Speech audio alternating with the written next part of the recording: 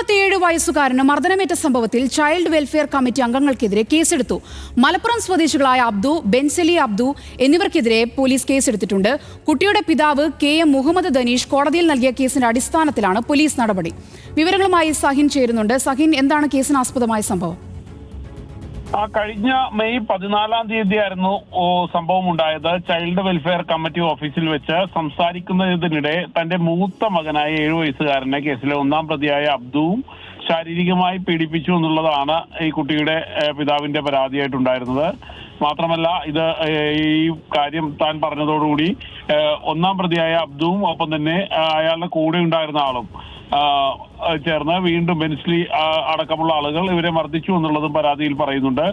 അതിക്രമത്തിൽ child welfare committee നടപടി സ്വീകരിച്ചില്ലെന്നാണ് അവർക്കെതിരെയുള്ള ഒരു ആരോപണമായിട്ടുള്ളത്. എന്തായാലും 7 വയസ്സുകാരനെ മർദ്ദനമേറ്റ സംഭവത്തിൽ ചൈൽഡ് വെൽഫെയർ കമ്മിറ്റി അംഗങ്ങളായിട്ടുള്ള അവരെ അടക്കം പ്രതി ചേർത്തുകൊണ്ട് പോലീസ് കേസെടുത്തിരിക്കുകയാണ്. മലപ്പുറം സ്വദേശിയായ അബ്ദു, ബെൻസിലെ അബ്ദു. ശരി, സഹിൻ ആന്റണിയാണ് കൊച്ചിയിൽ നിന്നും വിവരങ്ങൾ പങ്കുവച്ചത്.